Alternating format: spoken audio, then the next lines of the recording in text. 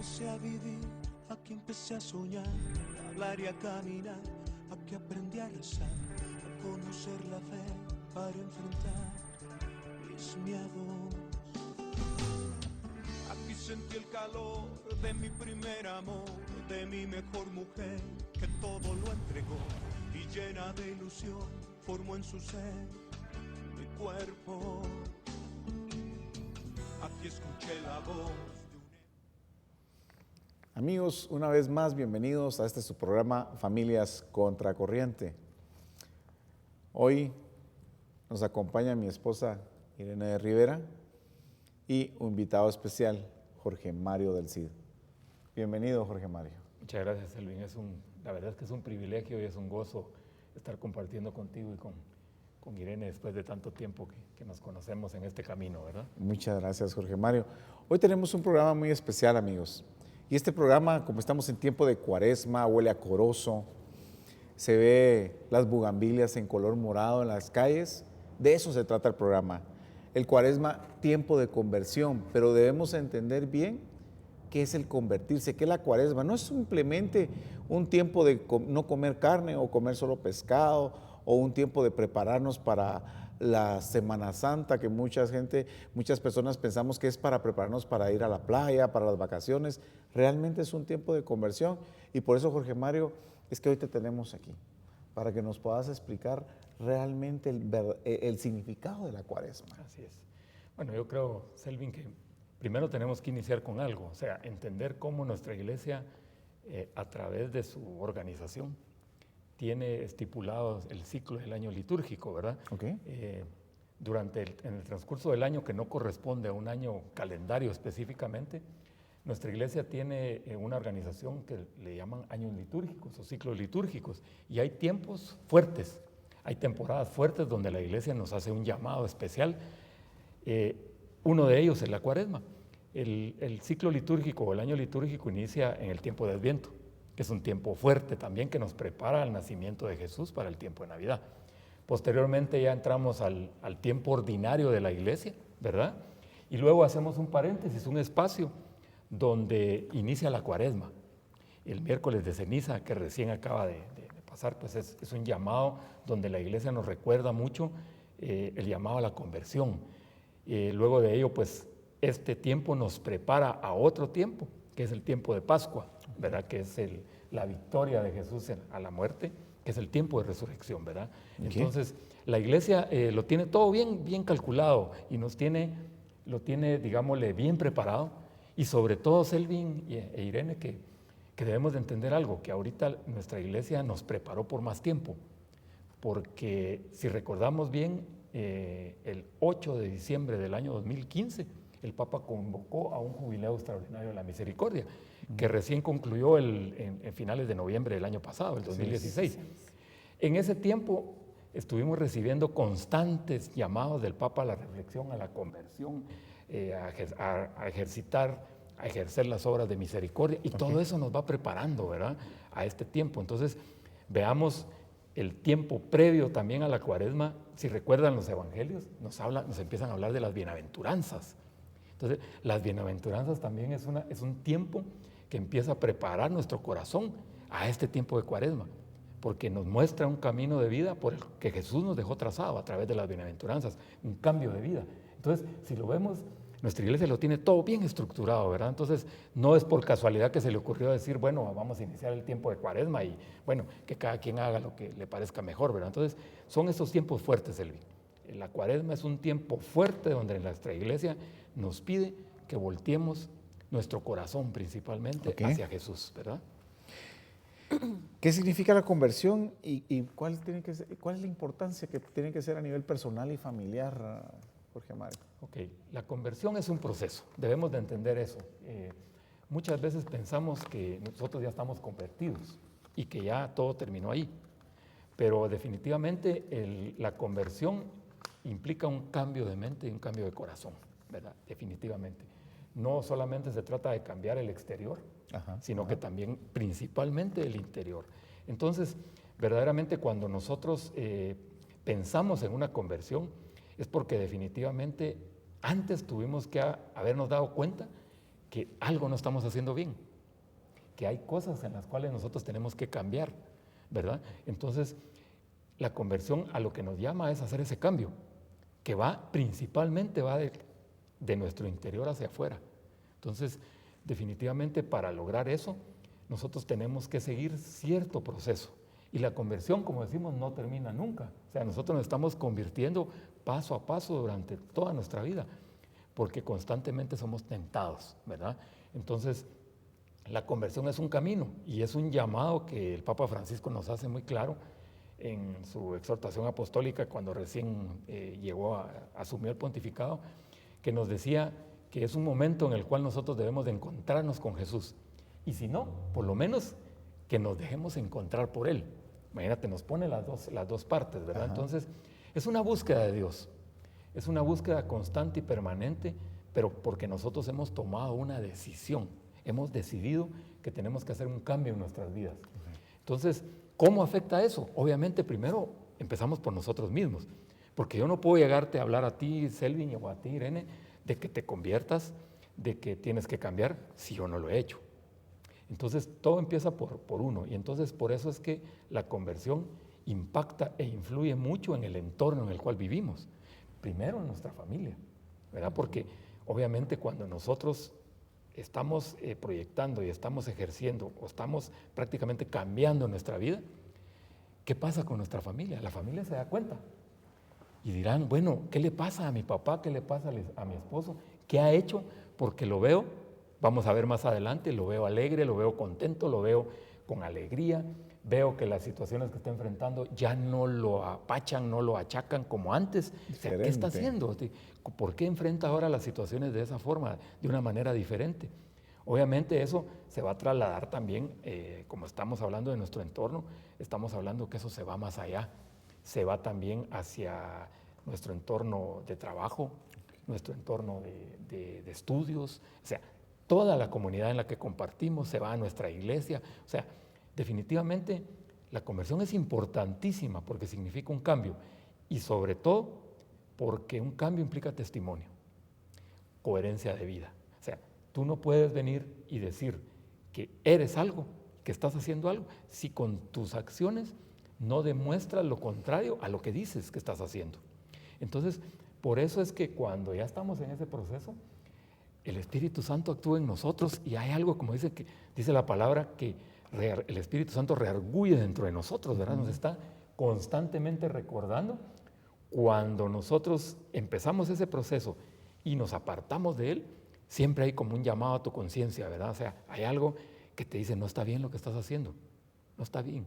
Entonces, recordemos algo también, Selvin, que Dios nos dio un libre albedrío. Totalmente. Dios nos dio a elegir. Dios nos dijo, ¿tú quieres bien o quieres mal? Tú escoges. ¿Quieres vida o quieres muerte? Tú escoges. O sea, somos libres de escoger el camino que nosotros en nuestra libertad creemos que es el mejor y regularmente nos equivocamos, ¿verdad? Porque no tomamos el camino que Dios nos ha marcado. Entonces, en ese camino de conversión que se inicia con ese llamado en el miércoles de ceniza, cuando nos dicen, cuando nos imponen la ceniza, ¿qué nos dicen?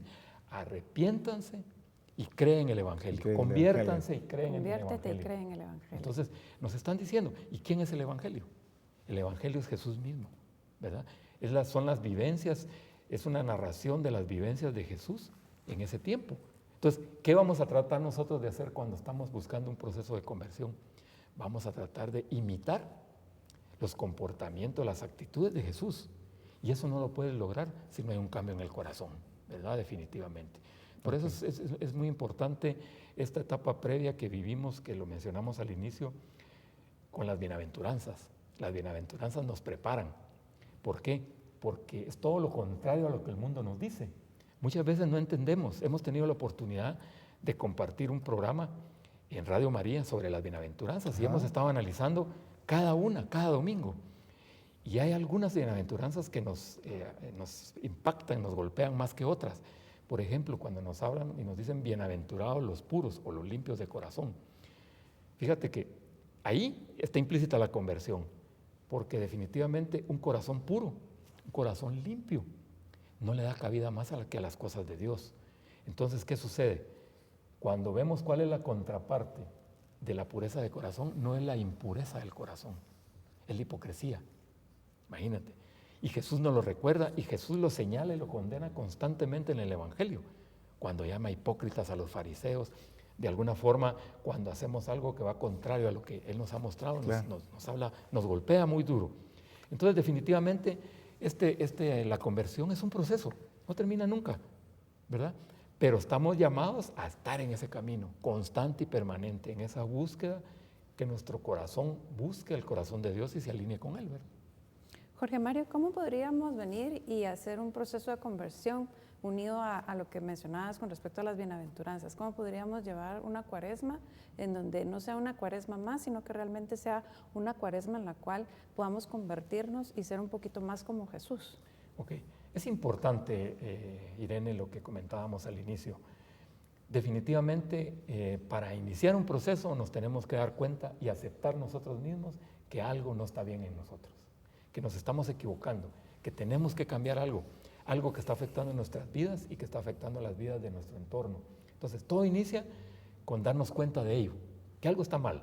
Y obviamente eso nos va a llevar a un arrepentimiento, ¿verdad? Entonces, nuestra iglesia nos permite de alguna forma, nos da muchos medios para poder arrepentirnos. O sea, tú te arrepientes, pero debes de buscar cómo confesar también lo que has estado haciendo mal. Así es. Entonces, la iglesia nos invita en este tiempo, es un tiempo fuerte de confesión, ¿verdad?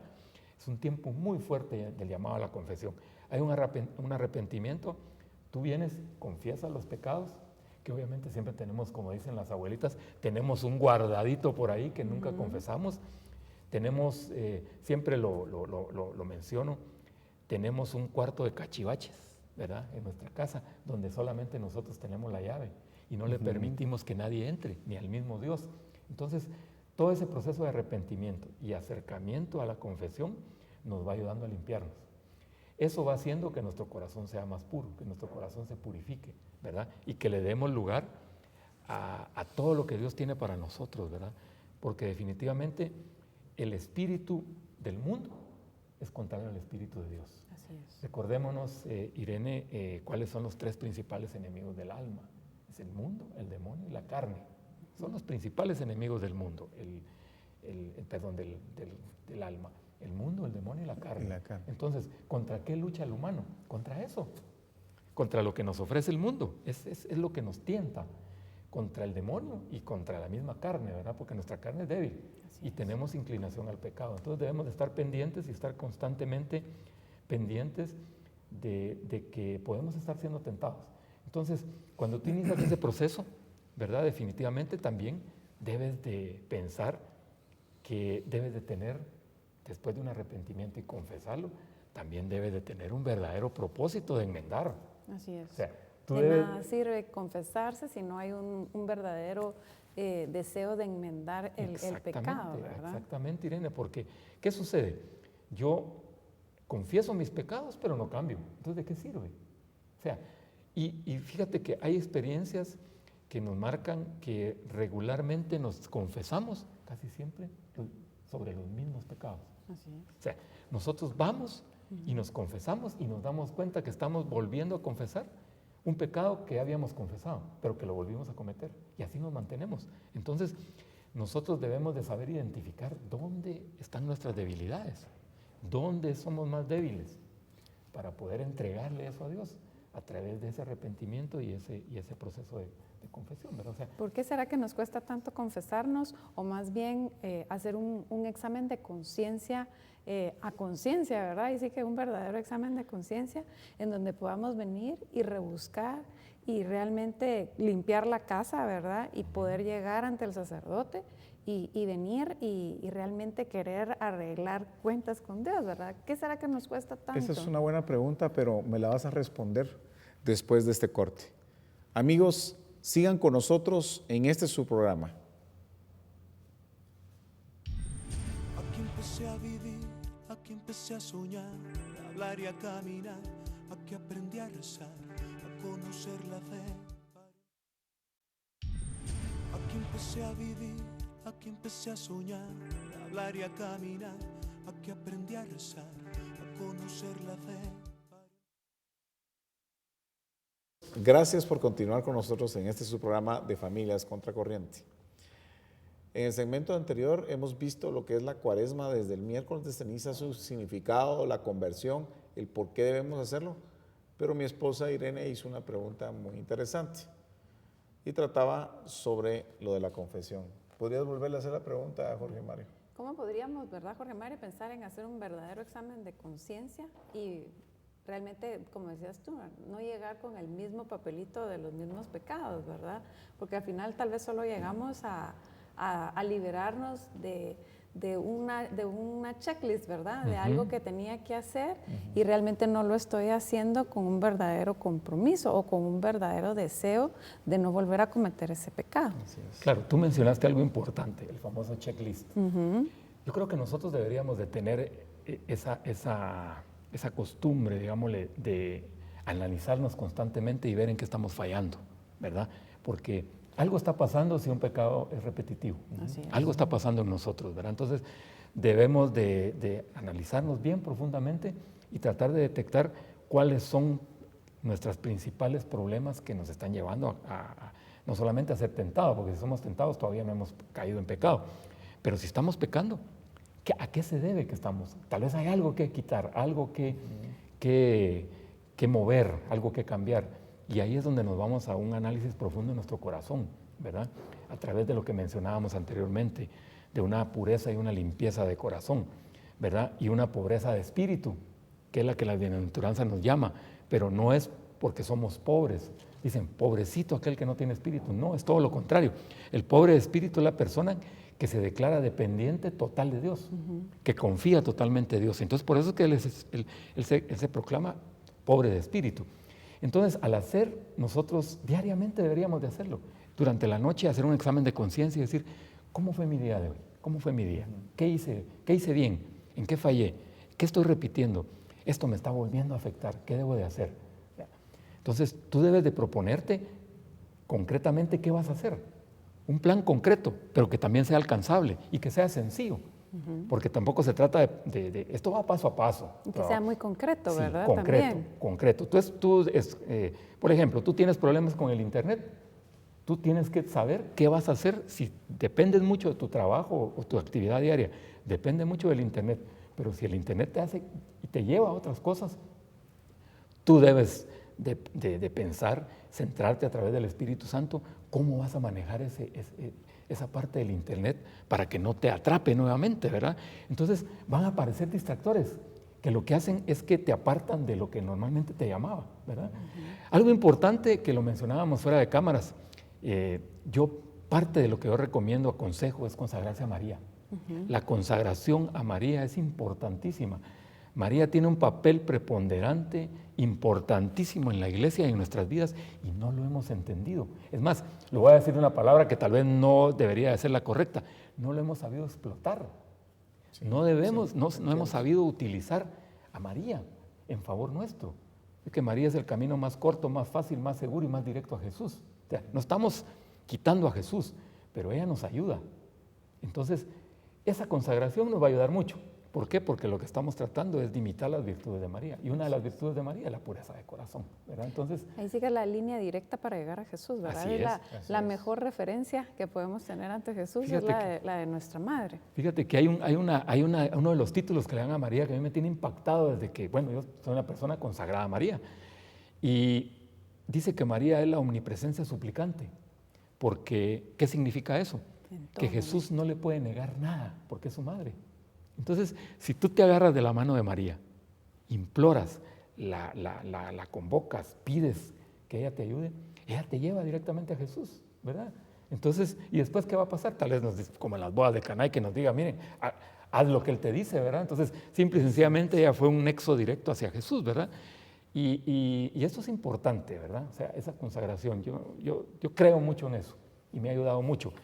Y para ahondar un poquito, y un tipo de resistencias que parece ser que nosotros no hemos tomado en cuenta muchas veces, el Papa Francisco nos lo acaba de decir en una homilía, que hay algunas resistencias que el hombre tiene hacia la conversión. Y fíjate que pareciera que son resistencias de acciones, que al final son acciones porque son palabras, pero son tres tipos. Papa Francisco nos dice que uno tiene, por ejemplo, resistencia por las palabras vacías, como aquel ejemplo del padre que llama a sus 2 hijos y les pide ir a la viña, y uno le dice, sí, pero no va, y el otro le dice al principio, no, pero sí va. No quiero, pero al final cumple. No quiero, pero al final cumplo. Entonces, es así como en ese jueguito que nosotros hacemos de palabras, eso nos invita a apartarnos de la conversión. También tenemos, por ejemplo, palabras justificadoras, dice el Papa Francisco. Las excusas. Las excusas, nos vivimos justificando. Por ejemplo, ¿cuántas veces, Elvin, tú no te justificaste cuando te invitaban a algún grupo de la iglesia? No, es que no tengo tiempo. No, porque se va a enojar Irene si llego tarde. No, que va a decir que dónde ando. O sea, ponemos una serie de excusas. Y nuestra cultura es muy de pero, ¿verdad? Así Porque es. siempre decimos, sí, fíjate que sí, pero, ¿verdad? Siempre nuestra cultura sí, es una pero. cultura de pero, Exactamente. ¿verdad? Nosotros ayer, precisamente en el grupo de varones que tenemos ahí, hablábamos de eso, que los extranjeros nos tachan a nosotros muchas veces de cuando decimos, sí, pero fíjese, ese fíjese, y el extranjero dice, estás mintiendo. Ya. Estás mintiendo. Pero fíjese que, no, pero es que fíjese, está dando uno excusas, ¿verdad? Entonces tenemos ese mal chapín, ¿verdad? El de venir, o sí o no, así tendría que ser. Así es. Pero cuando tenemos una excusa y la gente nos conoce por eso que es una mentira. Sí, voy ahí, pero fíjese. Pero ya uno está interponiendo algo que te va a apartar del centro, ¿verdad? Entonces, definitivamente las palabras justificadoras nos alejan de la conversión. Y otra tipo de palabra que el Papa Francisco nos menciona son las palabras acusadoras. Yo no tengo necesidad de convertirme. Selvin sí. Irene dedo. sí. Yo no. El dedo. Yo no necesito la conversión si yo estoy bien. Estar señalando. Entonces, tú lo que haces es estarte justificando o diciendo palabras vacías u otras veces lo que haces es acusar a los demás, ¿verdad? No ves la viga que tienes en tu ojo, estás viendo la paja en el ojo ajeno. Y entonces todo eso te aparta de la conversión. Y démonos cuenta que no estamos hablando de cosas que no son del día a día. Y son situaciones y son acciones concretas a través de nuestra boca que nos apartan de la conversión. Imagínate hacia dónde nos lleva el Papa Francisco, al día a día. Y Jorge Mario, la iglesia nos proporciona medios para poder tener esta conversión de alguna u otra manera, porque ahorita estamos hablando de la conversión, cómo podemos hacer, empezando con lo de la confesión, la reconciliación, ¿verdad? Que tenemos esa bendición de tenerla en la iglesia, pero ¿qué más nos proporciona la iglesia para poder tener ese proceso de conversión, sobre todo ahorita en Cuaresma, ¿verdad? Mira, la iglesia nos recuerda y nos hace un llamado fuerte en este tiempo, nos hace un llamado fuerte a la oración, nos hace un llamado fuerte al ayuno y nos hace un llamado fuerte a la caridad. Okay. O sea, si analizamos todo lo que hemos hablado desde un principio, nos vamos a dar cuenta que una parte muy importante se centra en la caridad. El Papa Francisco durante un año nos estuvo machacando y machacando y machacando mucho sobre las obras de misericordia, sobre la misericordia de Dios. Entonces, ¿qué es eso? Es nuestra caridad y nuestro amor hacia el prójimo. O sea, nos preparó, veámoslo bien, cómo nos fuimos preparando durante todo ese tiempo. ¿Cuál es la razón? Para que la caridad y el amor y estas obras de misericordia se conviertan en un modus vivendi, sean parte de ti, sea un hábito. Porque cuando tú empiezas a hacer algo constante, se convierte en un hábito. Entonces llega a ser parte de ti, de tu forma de ser, de tu actuar diario. Entonces la iglesia nuevamente en Cuaresma nos recuerda y nos da esos medios. Dice, mira, tú en esta Cuaresma recuérdate del amor, recuérdate que tienes el prójimo. Porque una muestra de conversión también no solamente en ti, sino que cómo la proyectas hacia los demás, hacia los hermanos, cómo es tu amor hacia los demás, cómo son tus palabras hacia los demás, cómo es tu trato hacia los demás. O sea, también la oración es un llamado muy fuerte a la oración, a que profundicemos en la oración. La oración es un medio que nos hace acercarnos a Dios, nos mantiene una relación permanente con Dios. O sea, nosotros podemos mantenernos en relación con Dios, no necesariamente metidos en la iglesia.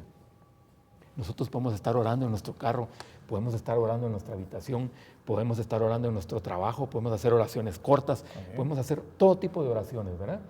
Y otro llamado que nos recuerda también nuestra iglesia es llamarnos al ayuno, o sea, al sacrificio, porque eso es el ayuno, es hacer sagrado algo, que eso significa sacrificio, hacer sagrado algo, pero ¿por qué lo vas a hacer sagrado? Por el amor a Dios. Te quitas algo, sacrificas algo que te cuesta, ¿verdad? Por el amor que le tienes a Dios, preparándote en este tiempo a la resurrección, ¿verdad? O sea, estás preparando tu corazón para ello. Cuando hablamos del ayuno, ¿verdad, Jorge Mario? Yo creo que en los tiempos antes, ¿verdad? El ayuno, el sacrificio, todo eso nos llevaba como a tener un sufrimiento, ¿verdad? Pero al final de cuentas era demostrar que estaban bajo un sufrimiento, bajo una penitencia. Pero hoy en día el mismo Papa Francisco nos dice, ¿verdad? Yes. Que no estemos enseñando realmente, y nos lo pide Jesús también, ¿verdad? Que perfumemos nuestra cabellera, que nos veamos de una manera en donde ese sacrificio sea un sacrificio interno, una penitencia interna, pero no porque la haga yo popular, sino que porque realmente la vivo en una Así es. ¿cómo decirlo? En una relación muy estrecha, pero también al mismo tiempo muy única entre Jesús y yo, ¿verdad? Entonces, ¿cómo puedo vivir un verdadero ayuno en donde no diga, ay, sí, es que es Cuaresma y los viernes es viernes de pescado, ¿verdad? Y entonces, ¿dónde está el verdadero sacrificio ahí, verdad? Porque no voy a comer carnes rojas, qué rico. Solo sustituyes una por otra, o sea, no hay un sacrificio. Exactamente. El ayuno es un sacrificio. Y muchas veces ni se vuelve un sacrificio, porque como dice Irene, ay, hoy es viernes de pescado, no voy a comer carne roja, ay, pero sí me voy a comer un gran ceviche. Entonces, ¿dónde está el sacrificio? Sí, el ceviche además de eso me gusta. Entonces, exactamente. Y yo creo que ahí también hay una cuestión de que en estos tiempos, en los primeros tiempos de nuestra iglesia, pues el pescado era como la comida más económica, más accesible que tenían los pueblos. Y la carne roja realmente era una carne muy escasa y no era ni siquiera una res, ¿verdad? Sino que era un cordero. Entonces, al final era algo excesivamente cara, y lo vemos incluso en la parábola del hijo pródigo, cuando dice que el padre hace un gran festín y que mataba corderos para hacer la bienvenida y que había regresado. Pero, ¿cómo podemos realmente entenderlo y ajustarlo a nuestros tiempos, verdad? Porque la iglesia nos pide que nos ajustemos a los tiempos de hoy, ¿verdad? ¿Cómo podríamos hacer eso? Definitivamente, Irene, yo creo que le pusiste el ojo y el centro exactamente a lo que debe de ser una verdadera conversión.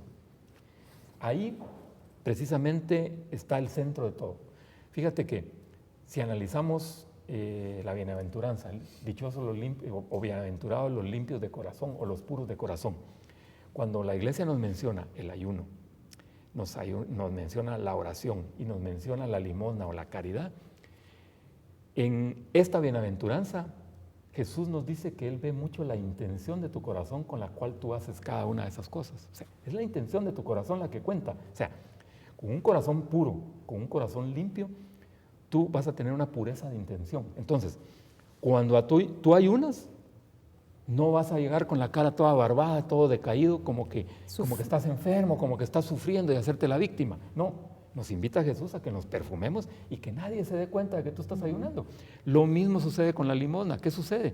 Dice, cuando ves tu limosna, que no sepa tu mano derecha lo que hace tu izquierda. Y que no seas como el publicano o el fariseo, que el fariseo empieza a decir, Señor, yo he hecho tal cosa, yo doy mis diezmos. En cambio el otro, aquel no.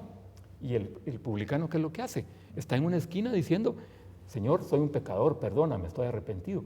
Y si vemos la otra parte también, también lo vemos con la parte de la oración, ¿verdad? Dice, yo, Señor, yo oro, yo me pongo a orar en público. El otro tranquilamente está recatado haciendo su oración porque su corazón está conectado con Dios. Eso es importantísimo lo que tú mencionaste, Irene. O sea, porque es la pureza y la intención de nuestro corazón. Y la humildad con que lo podamos manejar. Amigos, sigan con nosotros en este interesante tema. No se parte ahí de su monitor. Aquí empecé a vivir, aquí empecé a soñar, a hablar y a caminar, aquí aprendí a rezar, a conocer la fe. Aquí empecé a vivir, aquí empecé a soñar, a hablar y a caminar, aquí aprendí a rezar, a conocer la fe. Amigos, gracias por seguir con nosotros en su programa. Hemos estado hablando sobre la Cuaresma, sobre la conversión, sobre lo que la iglesia nos proporciona para poder tener en este tiempo de conversión una verdadera conversión. Jorge Mario, tu experiencia personal durante estas Cuaresmas, ¿cuál ha sido? para poder tener esa conversión? Durante este tiempo en el que llevas sirviendo, en este tiempo que realmente has conocido a Cristo. Fíjate, Selvin, que para mí ha sido un giro de 180 grados, definitivamente. No 360, porque si no volvemos al mismo lugar, ¿verdad? De 180 grados. Y al principio fue muy difícil. Más o menos ya vamos a cumplir 10 años de estar entregados a la obra de Dios. Haberlo conocido, haber tenido ese verdadero primer encuentro con Él e iniciar ese verdadero proceso de conversión. Que muchos dicen, mire, es difícil. Claro que es difícil. Pero ahí entramos a esa parte de declararse uno pobre de espíritu, esa parte de depender y de confiar plena y concretamente en Dios, ¿verdad? Ese es lo más difícil, pero no es imposible. Fíjate, Selvin, que para mí las cuaresmas o las semanas santas, como las veíamos antes, era como la de todo mundo. O sea, pensar en que iba a haber un gran descanso, ojalá que estuviera trabajando en una empresa donde me dieran toda la semana, ¿verdad? Claro. Y no entendía que al final la Semana Santa era el final de la cuaresma, ¿verdad? Era la culminación de la cuaresma. O sea, yo únicamente, para mí la cuaresma era solamente la Semana Santa.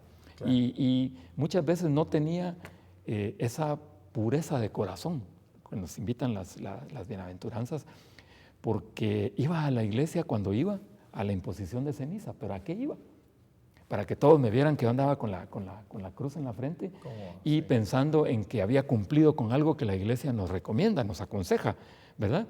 Pero había un divorcio total entre mi fe y mi vida. O sea, definitivamente no ponía en práctica todo lo que yo había aprendido. Cuando me acerco a Dios y empiezo a tener esos encuentros constantes con Dios, porque te encuentras con Jesús constante y permanentemente. Muchos creemos de que el encuentro con Jesús es uno. No, ahorita me estoy encontrando contigo y con Irene. O sea, estamos hablando de Dios, estamos hablando de Jesús. Él está aquí. O sea, Él toma esa figura porque definitivamente digámosle, el amigo, el hermano, el compañero, también refleja a Jesús. Entonces, ir entendiendo todo eso, a mí me fue llevando a comprender un poco más la cuaresma, ¿verdad? Y empezar a tratar de guardar el tiempo de cuaresma como debe de ser. Y algo que a mí me costó muchísimo, y eso sí lo quiero compartir y hacer un paréntesis muy especial porque viene como anillo al dedo para este tiempo. El tema de la reconciliación, el tema de la confesión, a mí me costaba muchísimo. A mí me costaba muchísimo. Me daba pena, me daba miedo, me daba terror ir a hablar con un sacerdote para que él escuchara mis pecados. Escuchara, ojo, no perdonara, porque los pecados los perdona Jesús, los perdona Dios, ¿verdad? Ajá. Pero decía, Dios mío, ¿qué va a decir este padre de todo lo que yo le voy a decir, ¿verdad? Qué vergüenza, ¿verdad? Y sobre todo cuando eran confesiones cara a cara, que no eran en confesionario, ¿verdad? Porque eso ha ido cambiando. Claro. Entonces, demostrar nuestra fragilidad. Exacto, también, yo me sentía culpable. Imagínate cómo mi conciencia se estaba removiendo, que yo sabía que estaba haciendo cosas que no estaban bien y me daba pena. Me daba vergüenza ir a confesarme. Y luego tenía un gran paradigma. Yo decía, ay Señor, si me va a tocar con este sacerdote viejito, se va a dormir, o qué va a pasar. O sea, yo tenía ese paradigma. Entonces yo le huía a la confesión y es más, cuando veía que era un sacerdote que tenía cierta edad, yo incluso trataba de pasarme, si es lo que lo hacía, pasaba a tratar de confesarme con otro sacerdote y no con él, ¿verdad? Y en este proceso pasó algo que marcó mi vida y me enseñó que Dios es el que escucha y perdona los pecados y que el sacerdote es un instrumento. Me tocó, tomé la decisión de confesarme y cuando estábamos en la espera habían 2 sacerdotes y resulta que cuando me tocaba el sacerdote más viejito que estaba en la parroquia. Y todavía mi esposa me pega un codazo y me dice, ¿vas a pasar o vas a esperar al otro padre? No, le dije, voy a pasar. Y paso. Empiezo a confesarme con él y me dice, puedes repetir y hablar más alto porque no escucho lo que me estás diciendo. Dios mío, dije yo, todo el mundo que está afuera va a escuchar lo que yo estoy y me está haciendo. Pero mira lo que Dios hizo. Me puso un sacerdote que tenía problemas auditivos y me hizo repetir los pecados. Mira, entonces, ¿qué fue lo que pude ver yo ahí? La presencia de Dios. Dice, mira, estás recurriendo nuevamente al mismo pecado. Entonces, me hizo confesarlo 2 veces, imagínate. Entonces yo entendí en ese momento, logré entender plenamente que el sacerdote es un instrumento ¿verdad? Que Dios te está oyendo, porque con qué intención me acerqué a Él, ¿verdad? Mi pena era al salir del confesionario, que estaba todo el montón de gente, dije, como tuve que hablar muy recio, dije, de plano escucharon mis pecados, ¿verdad? Todo el mundo se me va a quedar viendo, ¿verdad? Salí hasta con la cabeza así un poco agachada, pero no, tranquilo, ¿verdad? Esa es de las experiencias, digámosle, que en las cuales he podido vivir en todo este transcurso. Y yo invito a todas las personas, ¿verdad?, que nos acerquemos al sacramento. No lo utilizamos, le tenemos miedo al sacramento, como que fuéramos a enfrentarnos a un juez, y se nos olvida que el sacramento de la reconciliación es la máxima expresión de la misericordia de Dios en nosotros, ¿verdad? Ahí es donde se hace plena la misericordia de Dios, en el perdón de nuestros pecados. Entonces, cuando ya lo entendemos, entonces definitivamente vamos a buscar confesarnos. O sea, ya no vamos a estar esperando que llegue la Cuaresma, no, esto es... Y nos acomodamos, ¿verdad? Porque incluso buscamos al sacerdote al cual creemos que se acomoda a nuestra forma de ser o que nos va a entender. Así es. Porque según nosotros, él sí me va a entender porque él sí es de este tiempo o él es más moderno. O que no nos va a regañar tan feo. Sí. Sí, ¿verdad? O al final no nos va a dejar una penitencia que no nos cueste, ¿verdad? Porque al final de eso se trata, no solamente de venir y confesarnos, sino de venir y deja tu ofrenda y regresa, ¿verdad? Y vuelve de nuevo aquí. Pero al final, ¿verdad, Jorge Mario? El tiempo de Cuaresma, ¿será que solo en la Cuaresma nos podemos convertir o podemos convertirnos durante toda la época del año, en el tiempo ordinario, en el tiempo del Adviento, en el tiempo de la Cuaresma? ¿Será que solamente es este tiempo el oportuno para la conversión? Definitivamente es como el mejor tiempo, ¿verdad? Pero, ¿qué pasa con el resto? Muy buena pregunta, Irene. Definitivamente la conversión es un llamado constante. Estamos llamados a convertirnos constante y permanentemente.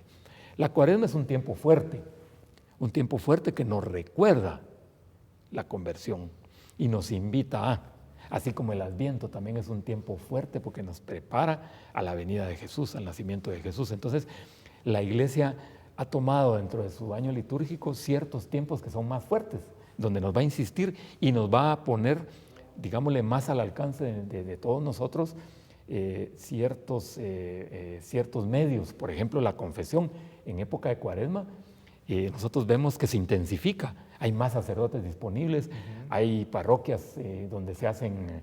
el Vía Crucis. Sí, hay jornadas maratónicas de confesión donde los sacerdotes, llegan varios sacerdotes a las parroquias y confiesan.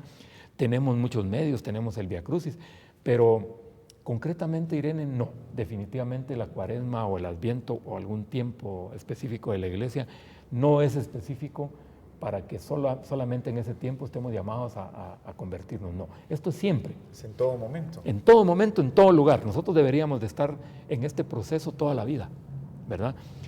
Porque como lo decíamos al inicio, nosotros somos tentados durante toda nuestra vida. Nuestra inclinación al pecado es constante y permanente, y esta no desaparece, ¿verdad?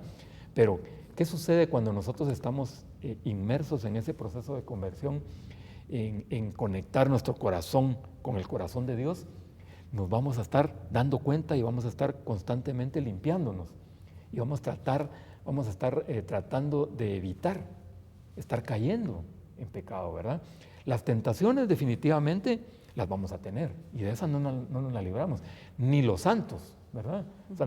Tomás de Kempis escribe también una parte muy bonita sobre cómo enfrentar las tentaciones y todo nace desde nuestra mente. Jorge Mario, incluso Jesús, después de los 40 días de ayuno en el desierto, al final de su ayuno, de esos 40 días, que podríamos verlo como la Cuaresma, se fortaleció en espíritu. Así es. Su carne la debilitó gracias a través del ayuno. A través del ayuno. Y la oración. Y la oración. Y no fue precisamente que al final de esos 40 días se le aparecieran ángeles con un canasto de pan o fruta o agua, sino que al contrario, quien se le apareció fue el mismísimo Satanás a tentarlo. Dice que Jesús fue tentado, mas nunca pecó. Nunca pecó. Así es, definitivamente. Cuando nosotros estamos siendo tentados, ojo, no estamos todavía pecando, porque las tentaciones están a la orden del día. Y la situación es la siguiente, que tenemos que aprender primero a manejar nuestros pensamientos, ¿verdad? Porque de ahí se originan las tentaciones. Eso nos lo dice Tomás de Kempis. Vienen nuestros pensamientos, la imaginación, y luego viene el consentimiento. Entonces, en nuestro pensamiento, esto es importantísimo, eso es importante, sobre todo los hombres. Los hombres, Viene primero el el pensamiento y la vista. El hombre es muy visual. Así es. Entonces, todo lo que entra a través de nuestra vista, nuestros ojos, recuérdate que incluso en el Evangelio de San Mateo hay un llamado a proteger nuestros ojos, porque son, digamos, la ventana del alma. A través de los ojos entra, y sobre todo nosotros los hombres, ahí entran todos los pensamientos. Cuando nosotros vemos, si digamos no tenemos nuestra vista, no cuidamos nuestra mirada, nuestra vista. Tú puedes ver algo, pero ¿con qué intención lo ves? Ahí ya entra el pensamiento, entra la imaginación, y posterior a ello va a entrar una parte que es importante, que ya es el consentimiento. Eso, el consentimiento. Tú ya consientes el pensamiento y lo que imaginaste. Entonces, ahí ya te fuiste, ahí ya caíste, Claro, ¿verdad? Y recordemos algo, Selvin, que mencionaste de Jesús. Jesús fue tentado en las 3 situaciones en las cuales es débil el hombre. Fue tentado en el poder, fue tentado en el honor y fue tentado en la gloria, que es todo lo que rodea al hombre en la parte de su humanidad y del mundo. Ahí fue tentado Jesús, en esas 3, como hombre, ¿verdad? Pero él no cayó, ¿verdad? Entonces, yo creo que es importante mantener esa lucha de las tentaciones ante todo, ¿verdad? Porque es la tentación es la que nos invita a pecar, ¿verdad? ¿Cómo estamos nosotros en nuestro corazón para poder evitar que todo eso suceda? Okay. Tú cuando mencionaste ese apartamiento que hizo Jesús de esos 40 días, Jesús estuvo en oración y estuvo en ayuno. Ahí nos está dando las claves. Y de ahí viene la invitación de la Cuaresma, que nosotros también hagamos lo mismo, que estemos en oración constante y que hagamos un ayuno, que nos sacrifiquemos a algo, ¿verdad? Que era lo que hablábamos en los segmentos anteriores.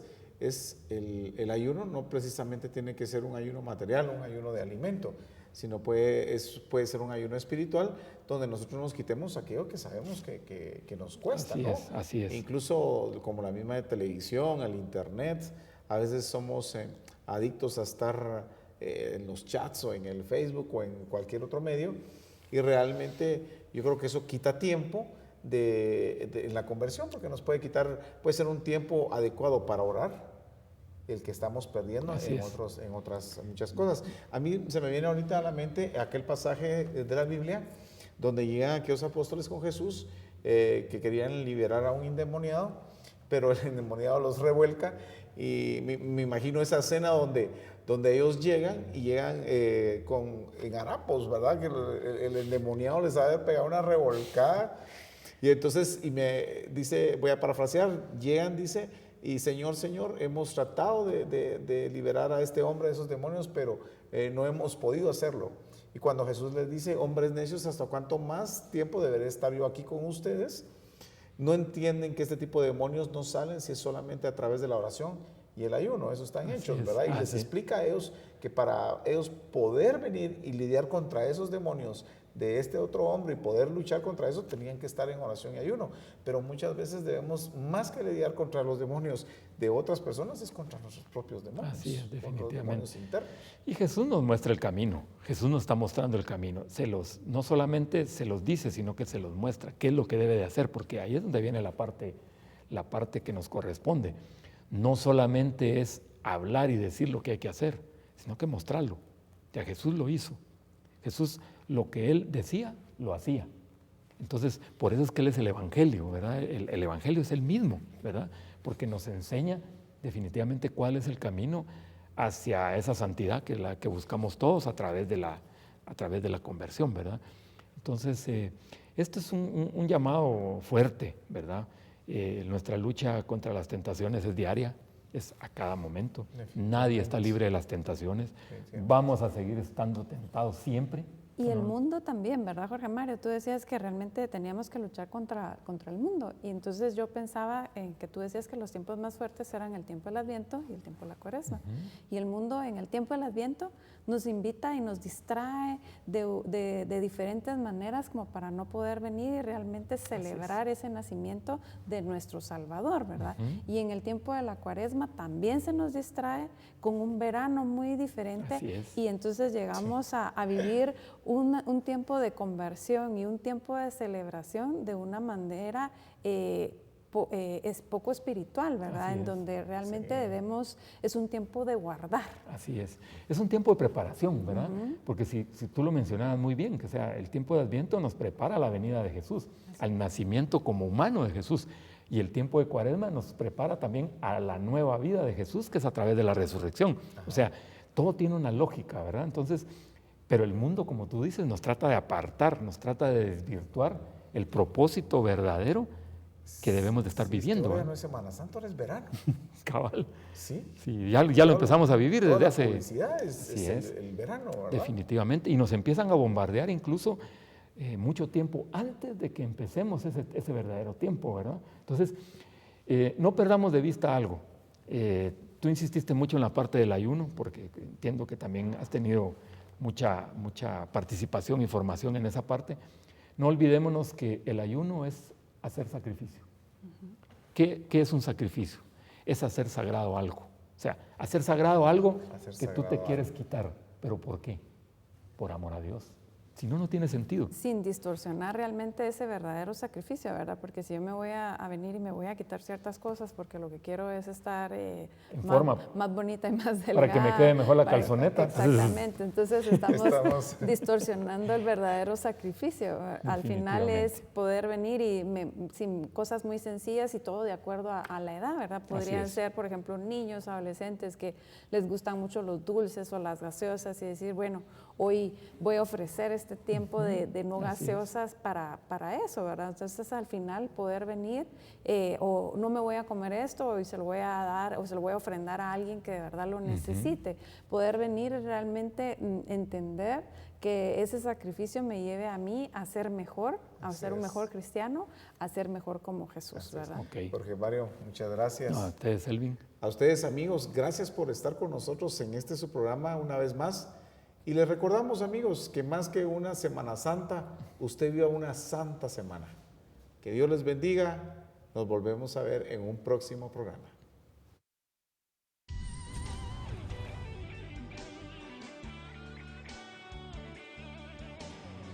Aquí me equivoqué, aquí me tropecé, confieso que dudé cuando me vi caer, pero encontré la luz